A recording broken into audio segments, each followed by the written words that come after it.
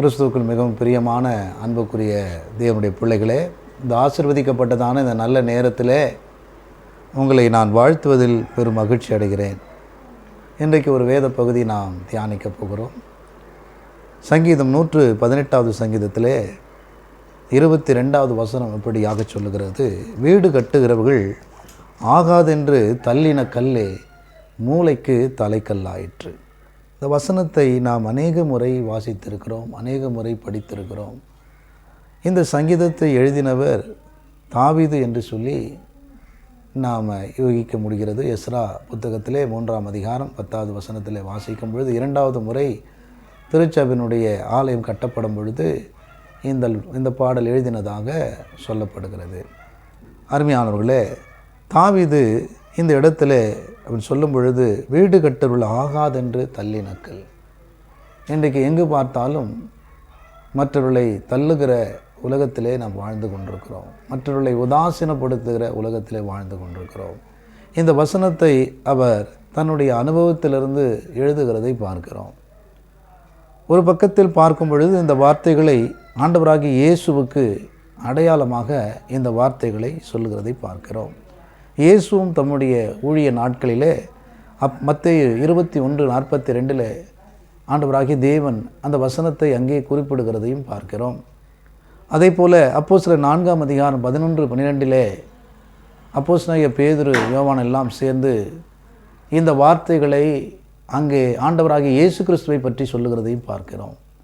மேசியாவை அந்த நாட்களிலே பிரதான ஆசாரியர்கள், வேதப்பாரர்கள், பரிசேயர்கள் என்று எல்லாருமே ஆண்டவரை உதாசீனப்படுத்தி தள்ளினார்கள்.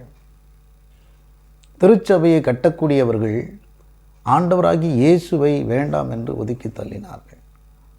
எனக்கு அருமையானவர்களே, இன்னொரு பக்கத்திலே நாம் பார்க்கும் பொழுது தாவீது தன்னுடைய வாழ்வின் அந்த அனுபவத்தை வைத்து சொல்லுகிறதை பார்க்கிறோம். 2 சாமுவேல் புத்தகம் 2ஆம் அதிகாரம் 8-10 வசனங்களை நீங்கள் வீட்டிலே போய் வாசித்து பாருங்கள். அருமையானவர்களே, 2 சாமுவேலின் புத்தகம் 2வது அதிகாரம் 8-10 வசனங்களை வாசிக்கும் பொழுது அருமையானவர்களே, 10வது வசனத்தினுடைய பிற்பகுதி சொல்லுகிறது: யூதா கோத்திரத்தார் மாத்திரமே தாவீதை பின்பற்றினார்கள். மீதி கோத்திரங்கள் சமஸ்த இஸ்ரவேலரும் இந்த தாவீதை அவர்கள் பின்பற்றவில்லை, அல்லது நிராகரிக்கப்பட்ட ஒரு வாழ்க்கையிலே தான் இந்த தாவீது வாழ்ந்திருந்தான் என்பதை நாம் பார்க்க முடிகிறது. எனக்கு அருமையானவர்களே, யூதாவை இஸ்ரவேலின் மேல் ராஜாவாக இருந்தும் கூட 11 கோத்திரங்கள் அவனை ஏற்றுக்கொள்ளவில்லை. இந்த யூதா கோத்திரம் மட்டுமே அவனை ஏற்றுக்கொண்டார்கள். அருமையானவர்களே, பிறகு என்ன நடந்தது? நான் சுருக்கமாய் சொல்லி கடந்து போகிறேன். 2 சாமுவேல், கர்த்தருடைய நாமத்துக்கு மகிமை உண்டாகட்டும், 5வது அதிகாரம் 3வது வசனத்தில் வாசிக்கும் பொழுது இஸ்ரவேலின் மூப்பர் எல்லாரும் அவனிடத்தில் வந்தார்கள். அருமையானவர்கள் வந்து என்ன சொல்கிறாங்க? அவனோட உடன்படிக்கை பண்ணி இஸ்ரவேலின் மேல் ராஜாவாக அவனை அபிஷேகம் பண்ணுகிறதை பார்க்கிறோம். அது மட்டும் இல்லாமல் 5வது வசனத்தில் நம்ம பார்க்கும் பொழுது அவன் சொல்லுகிறான், அவன் எப்ரோனிலே யூதாவின் மேல் 7 வருஷமும் 6 மாதமும் எருசலேமின் சமஸ்த இஸ்ரவேலின் மேலும் யூதாவின் மேலும் 33 வருஷம் ராஜ்யபாரம் பண்ணினான். பாருங்கள், தள்ளப்பட்ட ஒரு மனிதன், நிராகரிக்கப்பட்ட மனிதன், 11 கோத்திரங்களாலே நிராகரிக்கப்பட்ட ஒரு மனிதனை ஆண்டவர் சமஸ்த இஸ்ரவேலின் மேலும் ராஜாவாக மாற்றினார்.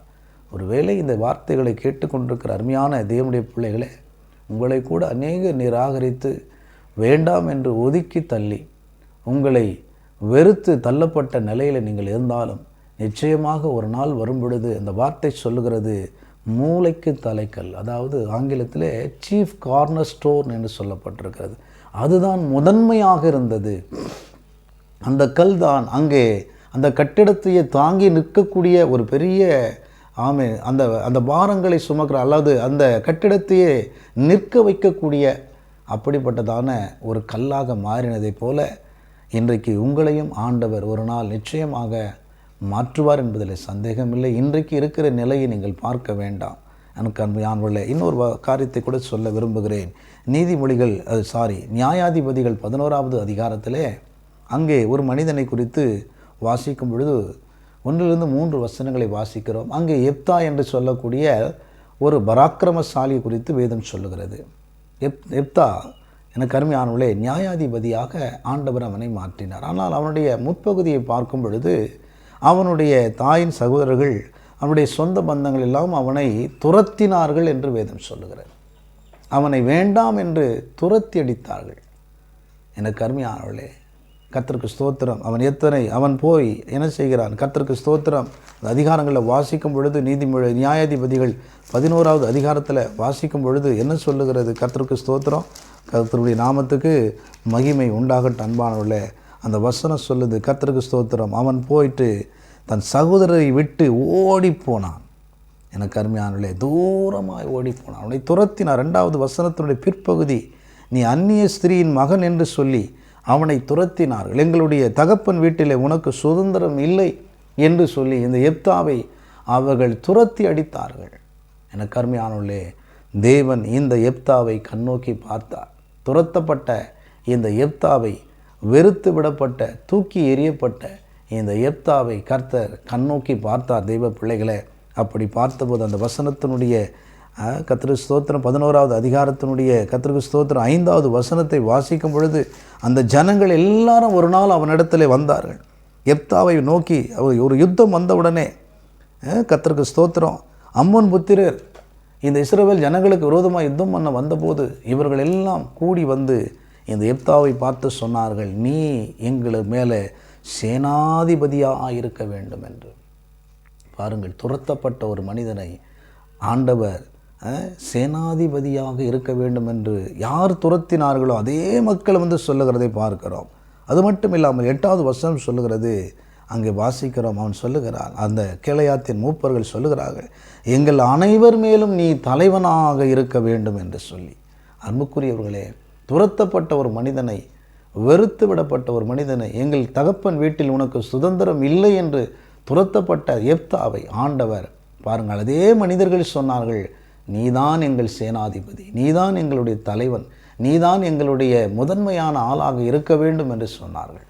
அப்படி போல இன்றைக்கு உங்கள் வாழ்க்கையில் எந்த இடத்துல, எந்த குடும்பத்தில், சொந்தக்காரர் மத்தியில், உறவுகள் மத்தியில் சுதந்திரம் இல்லாமல் கஷ்டப்பட்டு கொண்டிருக்கிற, ஒன்றுமே இல்லாமல் துரத்தி விடப்பட்ட நிலையில் இருக்கிற அருமையான கர்த்தருடைய பிள்ளைகளே, இந்த காலை வேளையில் உங்களை நான் இந்த கர்த்தருடைய ஊழியக்காரனாய் சொல்லுகிறேன். கர்த்தர் நிச்சயமாக யார் உங்களை துரத்தினார்களோ அதே வாய் வந்து சொல்லும், நீ எங்களுக்கு முதன்மையான ஆளாக இருக்க வேண்டும், இந்த வீட்டிலே நீ வந்துதான் இந்த காரியங்களை செய்ய வேண்டும் என்று நம்மை முக்கியப்படுத்தக்கூடிய அந்த நாட்கள் மிக விரைவில் வந்து கொண்டிருக்கிறது. ஆதலால் சோர்ந்து போக வேண்டாம். அன்பானவர்களே, வீடு கட்டுகிறவள் ஆகாதென்று தள்ளின கல் அது மூளைக்கு தலைக்கல்லாக மாறிற்று. சோர்ந்து போகாதீர்கள். உங்களை ஒரு நாள் நிச்சயமாக கர்த்தர் மாற்றுவார். நீங்கள் ஆசீர்வதிக்கப்படுவீர்கள். உங்கள் உயரத்தை, உங்கள் ஆசீர்வாதத்தை அநேகர் பார்க்கும்படியாக கர்த்தர் கிருபை செய்வாராக. ஆமேன். ஜெபிக்கலாம்.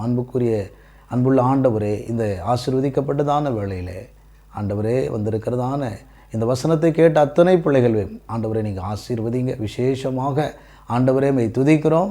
அல்லேலூயா, ஸ்தோத்திரிக்கிற யாரெல்லாம் தள்ளப்பட்டு துரத்தப்பட்டு தாவீதை போல எப்தாவை போல இருக்கிறார்கள் அவர்களெல்லாம் ஆண்டவரே சேனாபதியாய் தளபதிகளாக ஆண்டவரே தலைவராக ஆண்டவரே ஸ்தோத்திரிக்கிற வெட்கப்பட்ட இடத்துல அவருடைய தலையை நீர் உயர்த்துகிறவராக இருக்க வேண்டும் என்று செபிக்கிறோம். தொடர்ந்து பொறுப்பெடுத்துக் கொள்ளும். இயேசுவின் நாமத்தில் பிதாவே, ஆமேன். God bless you. கர்த்தர் உங்களை ஆசீர்வதிப்பாராக.